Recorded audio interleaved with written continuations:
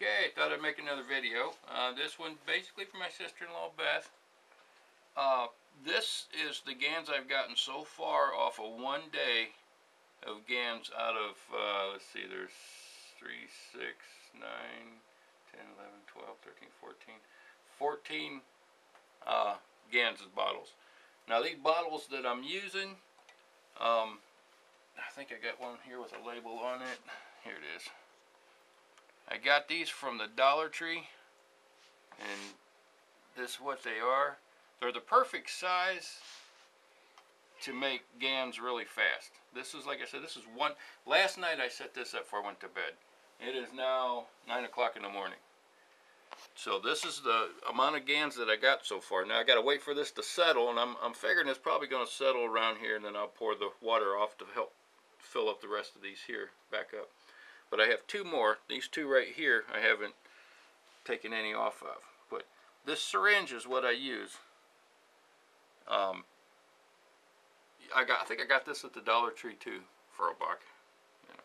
So turkey baster. Oh, turkey baster. Yeah. And then this straw is McDonald's stirring straw or coffee straw, whatever. It fits perfectly on it. So, and this is what I use. And I just draw off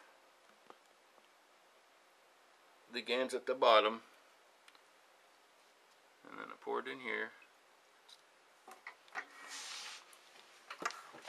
and I'll draw off. Actually, probably what would have made it easier for me, since I got the plates hooked up on a wire like that, is if I just take the plate off. I think I'll do that. I'll pull the plates out, and I have another one over here that's empty that has salt water solution in it. I'll just let it rest there. That way the plates will be out of my way. Of course, I figured that out after I'm only got 2 more to go. That's the way that works. Okay. And this is just 1 day.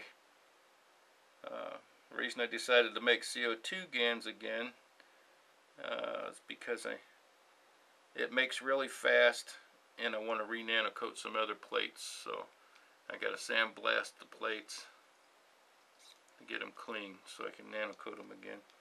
I tried nanocoating plates that sat too long and started turning green, and thinking that the green would go away, but it really didn't.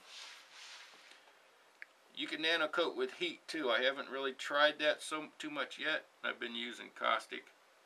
I'd kind of like to get away from the caustic, so I'm going to try the heat and probably make another video and kind of compare the two.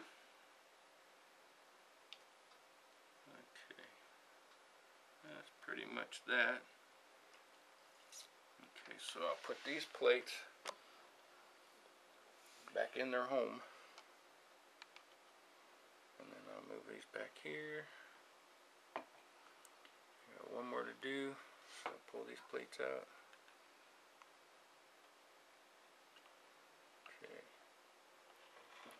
So that's all nanocoat on the bottom. Now the nanocoating is on these plates, the black plates. Oh, okay. So that's the nanocoating. You see the nanocoating here's coming off. It's not a real good nanocoating job. I could have done much better. Like I said, this CO2 makes real quick and real easy, so when I try to make CuO, it's going to take a long time, and I know the plates wouldn't last long enough. so you're sucking up the gans at the bottom. The gans, the cloudy stuff at the bottom is the gans. Yeah, and GANS stands for gas in its nanostate. According to Keshi, when you're seeing the GANS, what you're actually seeing is an atom that you normally can't see without a really high-powered microscope. But it collectively forms on the bottom. Yeah, the 2 plates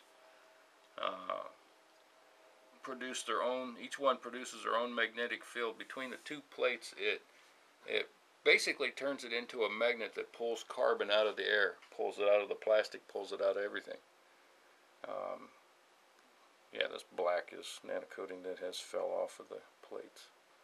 I really don't want that, but I'm sure I'll end up with some in here. But I'll try to draw it off when I find And it. so this one's filling up as you're doing that. Yeah, and 14 of these here is enough to fill up half a gallon by the time I get it drawn off. And then, like I said, I'll wait until this water in this here settles, till the gans settles to the bottom, and then I'll pull off the water to finish filling the rest of these up. If I was smart about it, I would have made enough salt water to fill those up, so they didn't have to sit empty or half empty for very long.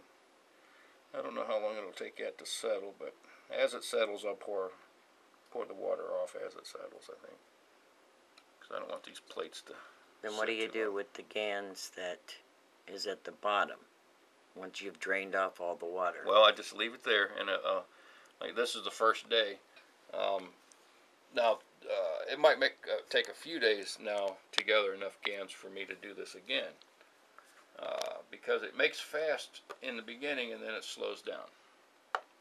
So it'll probably be a few days, and then I'll do this again.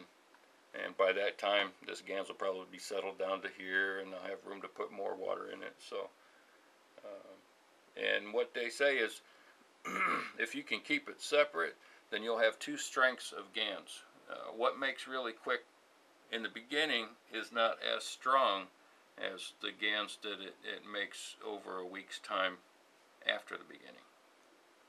So if you keep it separate, you'll have two different strengths.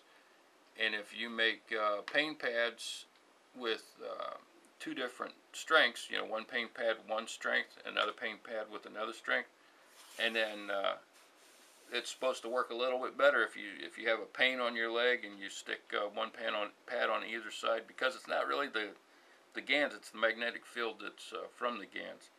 But anyway, it'll cause a flow of this magnetic field, this plasma field, if you have two different strengths, and it's supposed to help relieve pain a lot better. That's what the CO2 is for. It's for pain. The CuO is for healing, and the CH3 is for energy. And they use the CuO and the CO2 combined. I know that they've been curing cancer with it. I don't know the specifics, but a lot of videos.